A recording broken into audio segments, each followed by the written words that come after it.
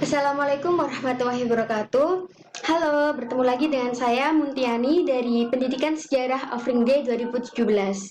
Di sini saya akan menjelaskan mengenai artikel ilmiah saya yang berjudul Sejarah Berdirinya Kompleks Candi Ratu Boko di Daerah Istimewa Yogyakarta. Nah, selanjutnya saya akan menjelaskan mengenai dari pendahuluan artikel ilmiah saya ini. Candi Ratu Boko merupakan peninggalan bangunan yang dibangun pada masa Wangsa Sailendra atau Rakai Panangkaran dan Kerajaan Madang atau Mataram Hindu yang diperkirakan sejak tahun 700 Masehi. Nah, kompleks ini atau yang disebut Candi Ratu Boko terletak di sebuah bukit Kecamatan Prambanan, Sleman, Yogyakarta, tepatnya di Dusun Dawung, Desa Bokoharjo, dan di Dusun Sumberwatu atau Desa Sambirejo. Nah, dari beberapa peninggalan-peninggalan candi-candi yang terdapat di Yogyakarta, Candi Ratu Boko ini menjadi salah satu peninggalan purbakala yang memiliki nilai-nilai historis dan menyimpan kebudayaan tersendiri yang membedakan dengan candi-candi di sekitarnya. Namun, dalam penyebutannya itu tempatnya masih sulit diidentifikasi antara candi atau situs atau keraton. Tetapi sejauh ini tuh karakter yang tampak dari kawasan situs Candi Ratu Boko ini tuh adalah keraton atau kerajaan. Nah, namun sebagian besar pengunjung menyebutnya sebagai candi karena kompleks ini terdiri dari bangunan-bangunan yang berasal dari batu atau yang biasa disebut dengan candi, hingga disebut sebagai Candi Ratu Boko. Nah, selanjutnya yaitu tujuan. Tujuan saya dari artikel ilmiah ini yaitu penelitian ini ditujukan untuk mengetahui sejarah dari peninggalan purbakala Candi Ratu Boko, dan dalam penelitian ini nanti akan digali dengan beberapa subbab seperti menelisik sejarah berdirinya Candi Ratu Boko sebagai peninggalan dari masa kerajaan Mataram kuno. Kemudian selanjutnya yaitu akan membahas kompleks Candi Ratu Boko serta awal bersatunya agama Hindu dan Buddha pada masa klasik di Jawa Tengah. Baik, untuk selanjutnya di sini saya akan menjelaskan mengenai metode. Nah, metode yang digunakan dalam mengetahui tentang sejarah Candi Ratu Boko itu saya menggunakan penelitian kepustakaan atau studi kepustakaan, yang mana penelitian kepustakaan adalah penelitian yang dilaksanakan dengan menggunakan literatur atau kepustakaan, baik berupa buku, catatan, maupun laporan hasil penelitian terdahulu seperti skripsi, tesis, dan disertasi, serta referensi-referensi lainnya yang mempunyai kaitan erat dengan yang akan dikaji mengenai Candi Ratu Boko atau situs Ratu Boko. Nah, selanjutnya di sini saya akan menjelaskan mengenai pembahasan yang akan saya jelaskan di sini, yaitu yang pertama tentang sejarah berdirinya Candi Ratu Boko. Jadi sejarah berdirinya Candi Ratu Boko atau situs Ratu Boko itu berawal dari pengunduran diri dari Rakai Panangkaran atau yang disebut yang merupakan raja dari Mataram kuno yang beragama Buddha. Nah, raja tersebut itu membangun wihara yang bernama Abaya Giri Wihara yang tercantum di dalam sebuah prasasti pada tahun 714 Saka atau 729 Masehi. Arti dari abaya sendiri yaitu tiada bahaya atau damai, sedangkan giri artinya gunung. Jadi abaya giri wihara memiliki arti wihara yang terletak di gunung atau bukit yang penuh kedamaian.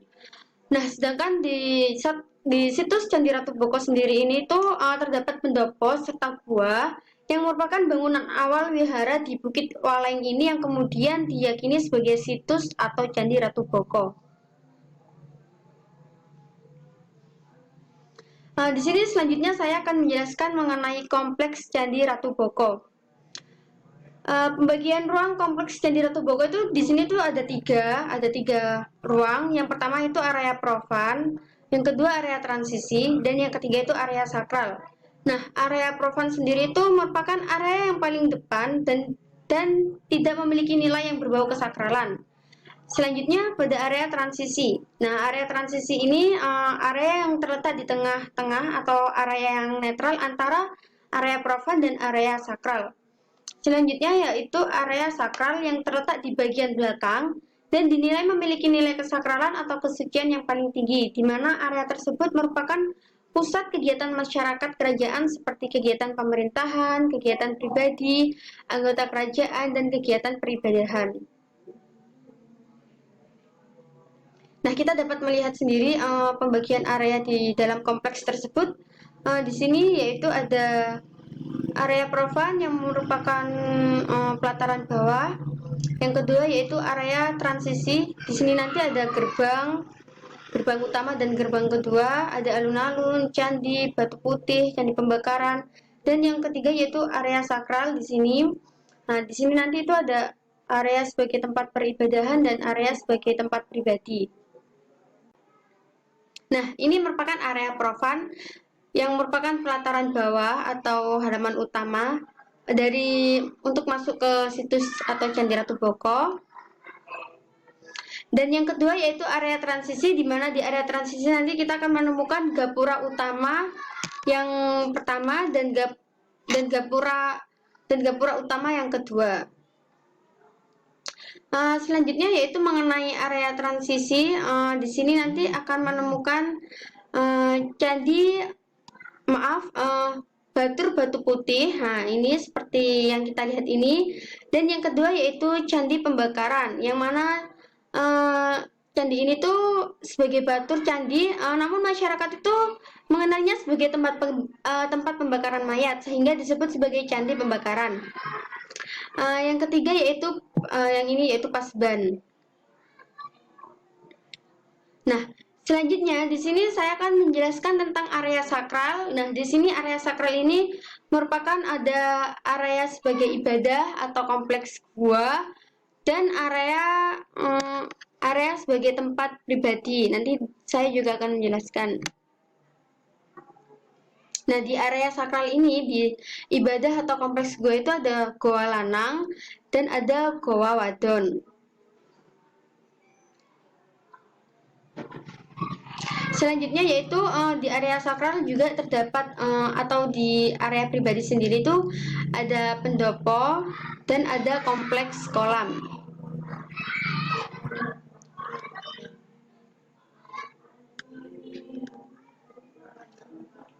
Baik, selanjutnya saya di sini akan saya jelaskan pembahasan saya yang terakhir, yaitu mengenai awal bersatunya agama Hindu-Buddha pada masa klasik di Jawa Tengah. Jadi pada sekitar tahun 856 Masehi, fungsi dari kompleks Candi Ratu Boko yaitu menjadi tempat kediaman bagi Rakai Walaing Pukumbayani atau Sri Kumbaja yang menganut agama Hindu. Sedangkan tadi sejarah berdirinya Candi Ratu Boko sendiri itu didirikan oleh Rangkai Panangkaran yang mana juga beragama Buddha. Nah, namun di dalam tembok yang melingkari keraton ditemukan pada sebuah batu dengan tulisan nagari yang dapat memberi kesan bahwa raja dan para pendiri keraton Boko mendapat pengaruh dari agama Buddha. Nah, sifat Buddhisme di Candi Ratu Boko juga dapat diindikasikan melalui temuan arca Buddha, reruntuhan stupa dan stupika. Nah, temuan reruntuhan stupa tersebut itu menunjukkan bahwa pengaruh Buddhisme di Candi Ratu Boko pada masa lampau. Sehingga dalam hal ini berdasarkan prasasti dan temuan-temuan arca yang ditemukan Candi Ratu Boko itu yang dibangun pada 8 Masehi memiliki dua latar belakang keagamaan yang berbeda, yakni Hindu dan Buddha. Baik, sekarang kita akan berada di penghujung akhir, yaitu kesimpulan. Jadi kesimpulan dari yang saya jelaskan tadi yaitu terdapat beberapa hal yang membedakan antara Candi Ratu Boko dengan candi-candi lainnya di sekitarnya, yang mana perbedaan tersebut terletak pada umumnya. Peninggalan masa klasik itu berupa bangunan candi, baik itu merupakan bangunan kompleks atau tunggal.